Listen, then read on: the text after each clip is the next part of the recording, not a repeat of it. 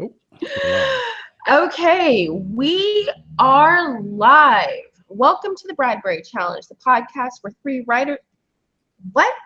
Why am I not recording all of a sudden again? Okay, now we're live. Welcome to the Bradbury Challenge, the podcast where three writers attempt to write one short story each week. My name is Maya Good, and I am here with Chrissy Moss and Gerald Hornsby. How are you guys doing this week?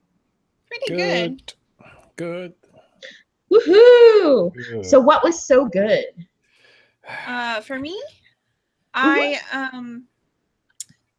yesterday I didn't actually do any writing. I just did formatting. So I got all of my print books for my trilogy up on CreateSpace so that they will eventually be available for sale. Wow. That's great. Yeah, Very it was good. a very long process, but Yeah, I finally got them where I wanted them. that's a And good they're feeling. 400 pages long, so it's an actual book. It feels like a book, looks like a book. It's nice. That's good, isn't it? Yeah. Congratulations. And how about you, Gerald? Well, it's my birthday soon, so in fact tomorrow, and it's a big one. It's not 21. It's a bit more than 21, but not much. And congratulations for making it. You know the statistics are. making You know, what? He's an not older quite white there yet. male. The statistics. You know. Yeah. I've got 6 hours to go, so No heart hopefully attack. I'll No get there. Alzheimer's. He's good. Yeah. Yeah. This is the most cheerful conversation ever. So yeah, I was offered a party. I was offered a trip away. So I said, no, I don't want any. I don't want any of that stuff. So what we're doing is each day we're going out for a meal, for a week. That's cool. I think it's cool. Different place each time. So I'm really enjoying that because I like eating, and we've decided that on my birthday tomorrow, we're going to have 3 meals out: breakfast, lunch, and dinner. So, how good is that? Eh? That is so awesome. So that's my way. That's why my week is good. Yeah, that's very Hobbit-like. You know, you're gonna have 3 meals out. That's pretty awesome. Well, my week has been interesting. Last week I found a writers group where I can workshop my novel, and it was a really amazing experience, and I was surprised to find one so soon. I checked out several writers groups, but I mean, to find a writers group where you can workshop your entire novel, you know, you want to find the right people. It's got to have the right vibe. You want to be with other people who are on your level or above your level, and I expected, you know, that it was going to take me a while to find one.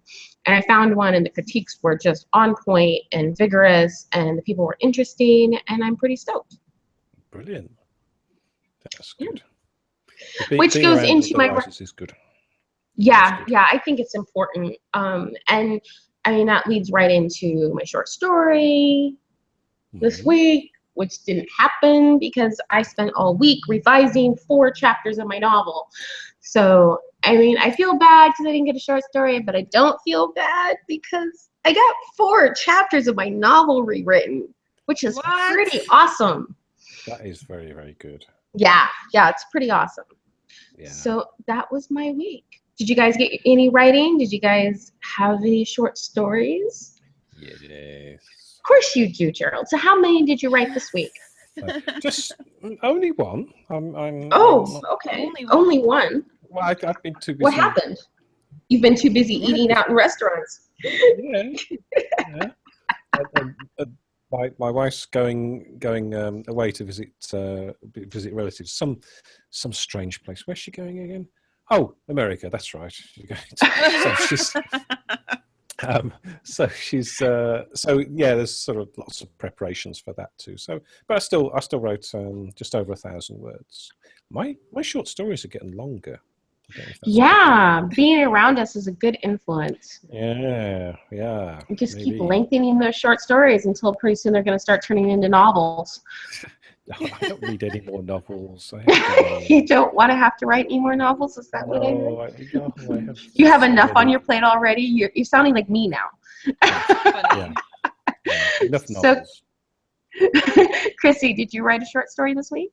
I did not. I was mostly working on my Half-Blood Sorceress novel and got like 12 chapters of that locked away.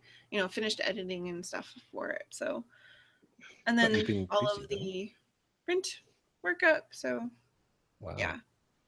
Revision is hard, man. Revision, I'm finding it much harder than writing the rough draft. Writing the rough draft was so easy. You know, I thought it was so hard at the time, but now that I'm in revision, I'm like, oh, it was so easy. I just want to write another rough draft because that was so much easier than what I'm doing now. Right? That's why I had 30 odd works in progress and about 6 finished novels, just waiting to get around to editing them. What is it about revision that, I mean, for me, my issue with revision is it's really hard for me to see the big picture, like structurally. And, you know, I'm reading the Story Grid, I'm reading all these books on structure, and they're all, like, the Story Grid flat out says it's only for genre fiction. I'm like, well, that doesn't help me. And so I emailed him and I was like, how can I use the Story Grid for a literary novel? Because while the templates won't work, I need something to be able to stand back and see a snapshot of the entire book. And that's the part I'm struggling with, that developmental part, the structural part.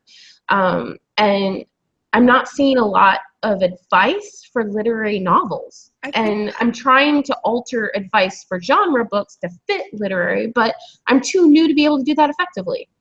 Aren't a lot of literary novels, they don't follow the structure? Like they have a structure and so that's the problem. They don't follow the same structure that genre novels do, but there is a structure. And I need a way to stand back and see what my structure is to see whether it's working or not. And right now, I can't really see that structure.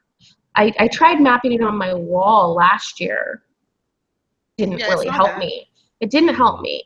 I did a timeline that helped some, but now the timeline's all out of whack and I have a really tiny computer screen. So that's not really helping me. So I'm just trying to find some tool so that I can kind of x-ray what I already have. Have you tried like mind mapping or anything?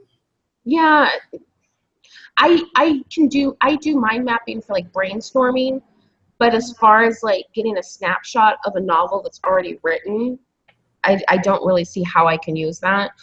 One of the things I'm thinking about doing, and I don't know if it's going to help me either, is breaking out an Excel worksheet and writing out every scene in the book and what every scene currently is doing. So that I can hopefully make sure that they're doing what they need to be doing and not something else. It's kind of what I do on Scrivener is, in Scrivener you have that section where it is note cards for each chapter, and you can write on each note card what happens in that chapter. Yeah, and that's how I wrote the book originally. When I outlined the book, that's how I used the note cards. But to stand back, I mean, that's a lot of note cards on a really tiny computer screen. Again, it becomes a size issue. I want to be able to stand back and visualize where it's going. I think what I need is... How many chapters do you have? It's not about the chapters, it's about the scenes. I have a lot of scenes. Yeah. Okay. And I'm thinking of getting like butcher paper for like an entire wall and trying to map it in color, because there's a couple things I need to see. That's a lot of scenes. I know. I need, but the issue isn't just what is the scene doing, but I need to see the relationship between the scenes. That's the problem. That actually is the big issue. I need to be able to see when people are connecting, when people are changing, in what way are they changing, where my reflection is, where my symbolism is, when do symbols pop up again and again and again. And that's really hard to do on the itsy bitsy 3x5 cards. So I'm just like, I'm just struggling because all the tools I'm finding are for genre fiction, and at this point I'm ready to scream. Yeah, it's hard. I've tried to take something I've previously written and impose a structure on it, or to basically do what you're doing. try to work out where I was going wrong, where it wasn't flowing, what I needed to do to fix it. And I found it really hard. So, and what I did was I sort of went right back to the sort of beginning. So I did a one sentence description of it, a 2-sentence, a 1 paragraph, and I think a 3. Oh, you're a snowflaker too. Yeah. I love Snowflake, and so I did that, and then I sort of had the overall structure for the story I wanted to tell, and I could then pick up the scenes and put them into figuratively into the synopsis, the small synopsis that I'd written, because because when I used to write software, I think I've said this before, when I used to write software, we had the same ideas. We'd start, what does this piece of software need to do? What's it need to achieve? And you sort of break it down into various sort of parts, but always you can see how the structure, where it's come from, rather than just jumping straight in at scene 1 and saying, what's this going to do? So I found that helped me by sort of going back to first principles and then seeing what scenes I'd written fitted into it and what scenes didn't, and which scenes needed rewriting. Yeah, and I know I can't be the only one with this issue, because I mean, we're reading all these literary novels, and I'm finding it in well-respected literary novels where the novel is amazing, but there's certain scenes and you can just tell that the writer couldn't get that snapshot, couldn't see the forest for the trees. And, even Toni Morrison, the book we just read by her, and she's a genius, had a couple chapters where it was like, these didn't necessarily need to be here. And that's what I'm trying to avoid. I want to avoid that. And at this point, I'm wishing there were more craft books that had real good, just concrete tools to use that was aimed at literary fiction. I would like to see the story grid for literary fiction. Like, freaking, that would be awesome. I would bow before him. It's really what I need. That's really what I need. And in order to get that level of instruction, you pretty much have to go to an MFA program where they really get into literary fiction on that kind of level, which I don't want to do. So yeah, that's where I'm at. That's my frustration for the day. For the week, for the month, for the year. Yeah. Wow. I think it's different for me because I have the entire story in my head, so I don't think about that. I at the beginning I do like a beats sort of thing, and I write everything down and I have it, and I'm done. I might change a few chapters around or add some stuff here and there, but the whole world is in my head, so I don't worry about that sort of thing as much. I don't know if because I have fewer scenes to deal with, because it sounds like you have a whole lot of scenes. I do have a whole lot of scenes, but it's not as many scenes as you would find in like a fantasy novel or something. I mean, the book is not that long. It's just not. I think for me the issue is that my goal for the book and my skills of revision are like this. Well, so it's like I'm a kindergartner, I'm a kindergartner trying to revise the Great American Novel. Like there's a huge gap here. Well, and for me, each scene basically is a chapter, and some of those scenes are like 1,000 words, and some of them are 7,000 to 8,000 words. Yeah, and my chapters. One of the things that I did that is making it a little easier is when I wrote the book, I tried to. I didn't do it perfectly, and it definitely needs improvement. But I tried for each chapter to have a point, the end. And for each scene to have a point and a beginning, a middle, and the end, which is something I wouldn't have done back in my pantser days, but in revision, it's much easier because I can kind of see, okay, this is what the scene is supposed to do. The question is is what I wrote the scene to do really the best thing for that scene to do? And that's where I need the big snapshot of what I already have, because while I had it all written out and I have a structure to the story, I don't know if it's the best structure. And I won't know until I can stand back and see the big picture more. And there are things that, there are symbols that are in the story that I know I can pull out and kind of make stronger. And there are thoughts that I have about the story after the fact. After I wrote it, I was like, oh, I didn't realize that that's what I was writing about. So how do I make those ideas stronger in the beginning of the story? Gerald's shaking his head. He knows what I'm talking about here. Yeah. Oh, yeah. You know, because you write the story, when you start writing the story, you think you're writing one story, and then at the end you're like, oh, there's this whole other layer here that I didn't even realize I was writing about. I need to go back and make sure I honor that.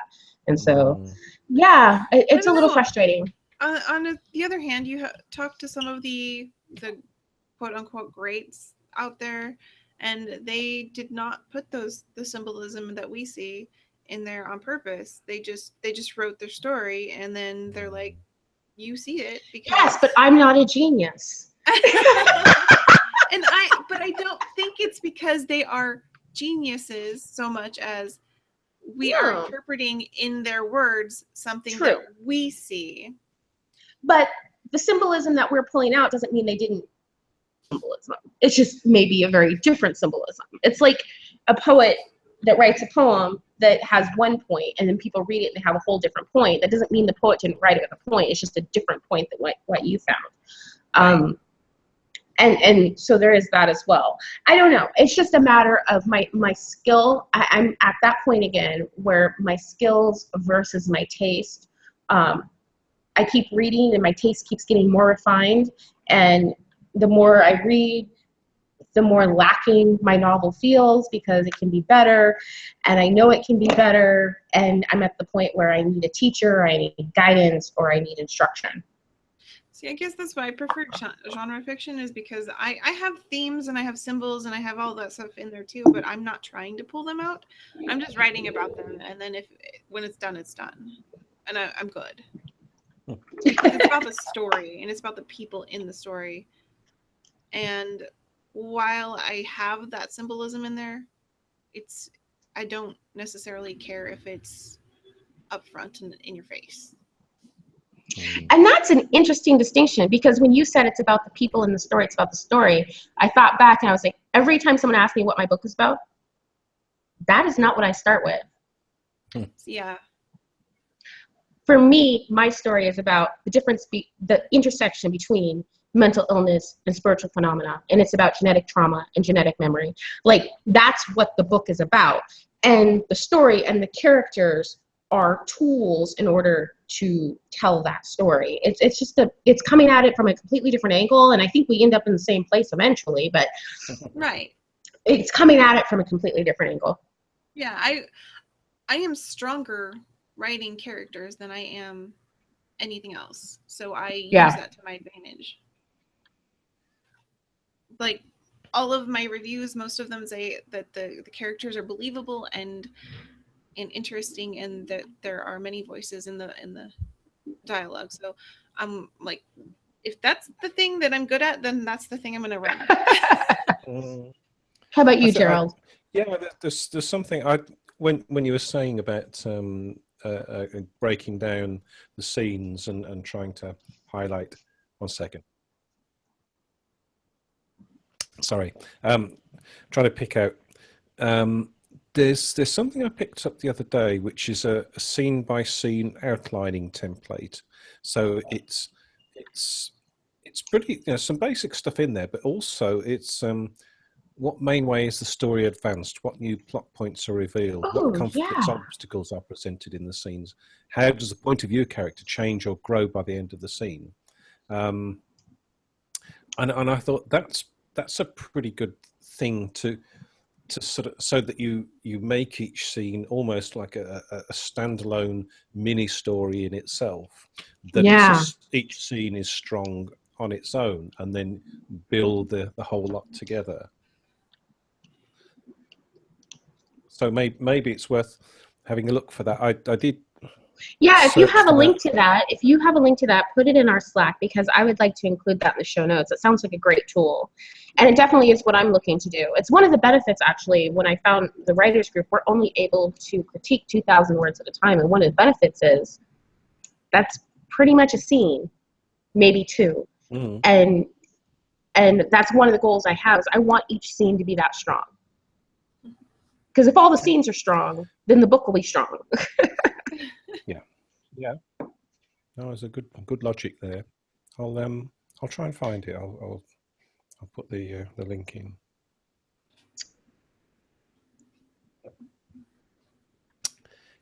I keep trying to cover this painting and failing miserably.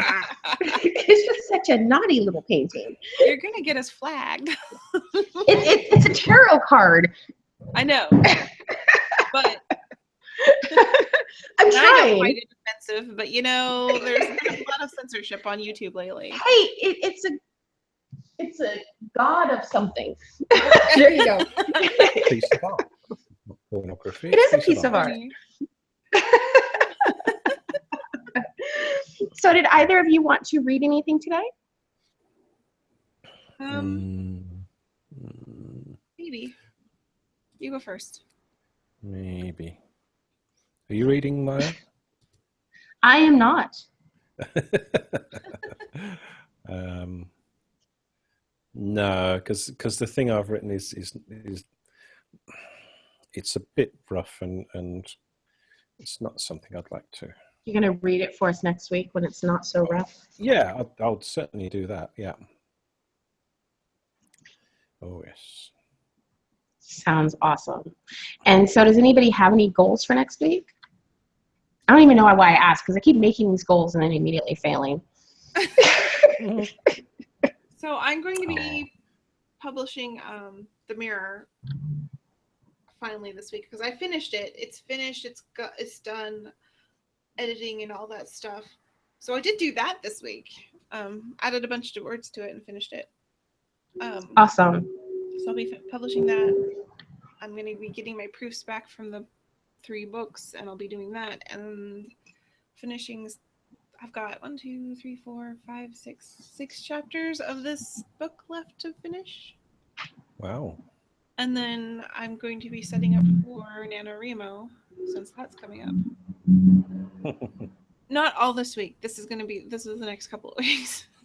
Okay. I'm like, it's going to be a busy week. I know, right? For this week, I want to revise another 4 chapters. The next 4 chapters are not super long, so I would like to knock out 4 of them. And I want to be realistic. I want to write this story about the voodoo priestess, but world building problem that Gerald has. And so I think what I want realistically is to come out of next week with a really detailed outline for the short story, because it's going to be longer than my normal short stories. It's probably going to be around 9,000 words. I need to give myself more time for that. So I'm going to be realistic, and I'm going to detail outline next week, give myself a week and a half to write it. Very good. I think that sounds more realistic. What do you think? I think so. Yeah. I think so. I think I don't want to bite off more than I can chew. No, in schools they used to call them smart targets. So they, it's stuff that's achievable. It's not just unrealistic things. So smart targets is the way to go. Works for me. Works for me. How about you, Gerald? Got anything? Yeah, I started. There's a couple of people I know talking about NaNoWriMo and said, Anise said that she's failed a few times, and I sort of have some ideas on how to succeed, how to win, how to achieve your goals with NaNoWriMo. So I started putting together some notes, like a little newsletter or something once a week, and but I started it and then stuff happened, so I want to get back onto that and get those written and up and then yeah, maybe it'll help some people. I don't know. So Are you going to do NaNoWriMo this year, Joe? Yes, I always do it. I love it. I'm not. No. This is going to be my first year not doing it in a while. Yeah, if you're heavily into your revision and rewriting process, and yeah, I considered using it to finish the color because I wanted that done last month and it didn't get done.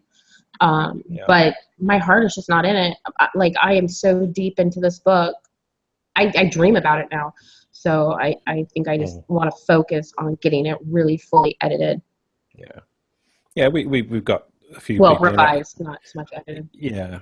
Yeah, we got a few people in our local group who'll come along to the meetings and stuff, but they're not actually doing NaNoWriMo because they've got other things that they need to be doing writing wise, which is fair enough. And I know some people use NaNoWriMo for their revision, but I feel like that would mess up my pace too much. And where I'm at with the book, I feel like I kind of want everything else to fade into the background so I can just really dig in and good as possible. I'm going to use it to try to get into Vona next year. And so I want to make sure that I've gone completely through the book before application time so that when I go back and revise that first 15,000 words again, I have more insight to come back at it, because I think the submission was 15,000. It might be 12, but I think it's right around in there. And I want to make sure it's as strong as possible. And I know that making sure that the ending and the rest of the story is good will make it easier for me to go back and revise that beginning again. Yeah, that's good. Fingers crossed. I'm going to Vona this year. I don't care. One way or another, man. One way or another. Okay. Determination. Yeah.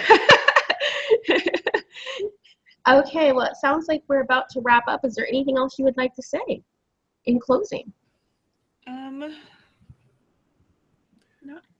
That sounds like a big fat. No, there's something that a friend of mine is I call it bullying, but she's encouraging me to submit to an agent something that I'm writing. So it's not because I'm an avid proponent of self-publishing, and I love self-publishing for so many reasons, but the actual fact, a little bit of work. I think it's. Is it a finished piece? Just about, yeah. Yeah. I'm about 60,000 words in or something, so it's probably going to end up at 70, 75. But okay. I obviously need to do the synopsis and then work on the first 10,000 words just to make sure that's yeah. I was just thinking about submitting and trying to just start writing a query letter, and I was like, well, what if I send this query letter and someone actually responds and they want to see the book and the book's not done? Yeah. And so I was like, well, then I have to wait because it has to be revised again. So I keep putting it off, but yeah, I'm right there with you. Yeah. Like, yeah, it's going to be queried probably pretty soon. I think it's worth doing just out of interest, just to see if there's any feedback and what people think and if they tell you to stop writing and go find something else to do with your retirement. I just send you the form letter that says thank you for your interest. We're not interested at this time. Not right for us at the moment. Thank you. Yeah. I actually know. I heard of a lady who got a letter that wasn't a form letter, and it told her that she might want to look at some writing programs, and gave her a list of MFA programs. It's like that was the nice way of saying you suck, but there's potential. That's harsh. I thought it was kind of nice. Yeah, I suppose. You suck, but there's potential. Okay. Well, I want ideas, but your writing of those ideas suck. Well, I want to thank you both for coming, and I want to thank all of our listeners. If you would like to learn more about the Bradbury Challenge or any of our other shows, please visit literaryroadhouse.com. That was cool.